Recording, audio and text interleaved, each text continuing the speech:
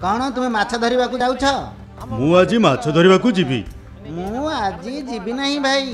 काहेकि? आज पवन अधिक जोर रे बहिब आ लहड़ीर उच्चता अधिक हब। मु एफएमएम ऐप रु यही सूचना पाइछि। यह अनुमान करा जाइछि जे मध्यरात्रिर लहड़ीर उच्चता 14 फुट जाए एवं पवनर बेग घंटा को 50 किलोमीटर बहिब, जहाँ आम पई बहुत विपज्जनक।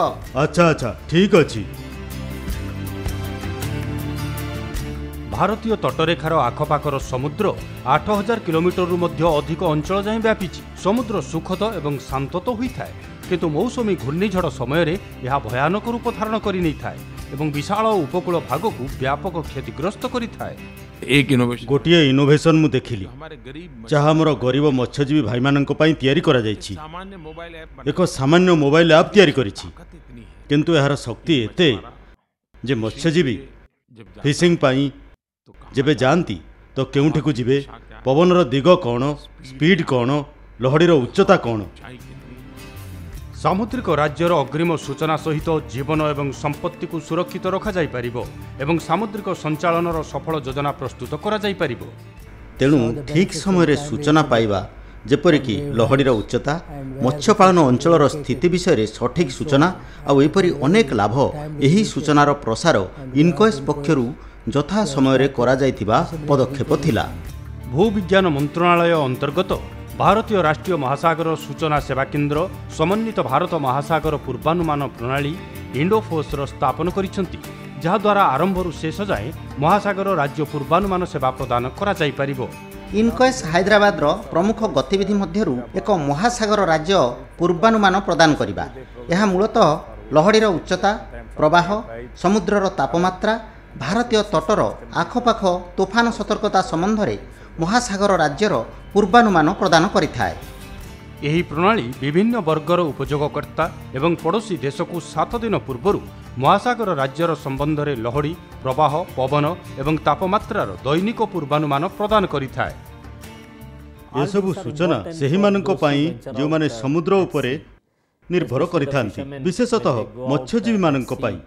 अन्यथा समुद्र लहड़ी अधिक उच्च हेले सेमाने तांकर काम करि परिबे नाही, माने सेमाने माछ धरि परिबे नाही। सामान्य दैनिक पूर्वानुमान व्यतीत 48टी उपयोगकर्ता विशिष्ट उत्पाद उपलब्ध अछि, जहाँ मध्यरु केतक हेउची उच्च लहड़ी संकेत, जहाज मार्गरे महासागर राज्य पूर्वानुमान, वेब मैप सेवा, बंदर पाई पूर्वानुमान, तैल स्पिल परामर्श सेवा, अनुसंधान एवं उद्धार सहायता उपकरण।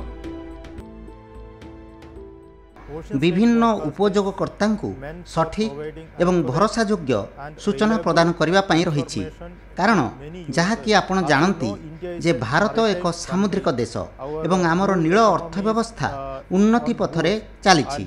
आउ यही सूचना भारत परी सामुद्रिक देशर विकास पई अत्यंत गुरुत्वपूर्ण साब्यस्त हो पारे।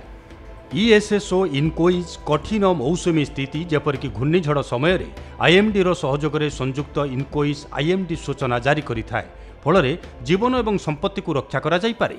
अन्य महासागर राज्य पूर्वानुमान सहित तोफान एवं संबंधित ढेउर मध्य पूर्वानुमान लगा जाई थाए एवं याकु सूचना रे शामिल करी उपकूलवर्ती लोकों को उचित भावे चेतावनी दिया जाई थाए। महासागर राज्य पूर्वानुमान विभिन्न मॉडल द्वारा करा जाई थाए, जहाँ वायुमंडलीय मानदंड द्वारा प्रभावित एवं सही मॉडल गुड़िकर निरीक्षण द्वारा रियल टाइम रे पुष्टि करा जाई थाए, जहाँ इनकोएस रु प्राप्त होई थाए एवं पूर्वानुमान जारी करा जाई थाए। सबु पूर्वानुमान एवं परामर्शर प्रसार सोशल मीडिया सहित उन्नत सूचना और संचार टेक्नोलोजी व्यवस्था द्वारा यथा समय उपयोगकारी को स्थानीय भाषा रे सूचना दिया जाई थाए। इनकोइस रे ओएसएफ वैज्ञानिक विभिन्न परियोजना जेपरिक ओएनजीसी, जेएनपीटी, भारतीय नौसेना, सामुद्रिक बोर्ड इत्यादि आरंभरू शेष जाए परामर्श सेवा प्रदान करिथांती।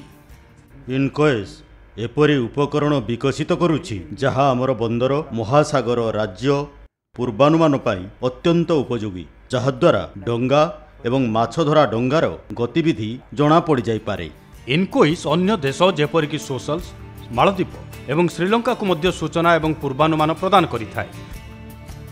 इनकोइस विश्वर एकमात्र महासागर सेवा केन्द्र जे निजर रियल टाइम ऑब्जर्वेशनल सिस्टम रो उपयोग द्वारा रियल टाइम मूल्यांकन सहित निजर पूर्वानुमान एवं परामर्श को उन्नत करिछि तथा यहाकू सुविधाजनक रूपे ऑनलाइन रे मध्य देखा जाई पारे। फल उपयोगकारी पुनर्बार जांच करि परिबो एवं आमर पूर्वानुमान रे निजर आत्मविश्वास वृद्धि करि परिबो। इनक्वेस्ट सहित एमएस स्वामीनाथन रिसर्च फाउंडेशन आमको मौसुमी पूर्वानुमान जेपरिक लहड़ीर उच्चता एवं पवनर दिगर सूचना एसबू मिलुछि जहाद्वारा मत्स्यजीवी को पूर्वर मौसुमी परिस्थिति विषय सूचनार लाभ मिल पारिबो।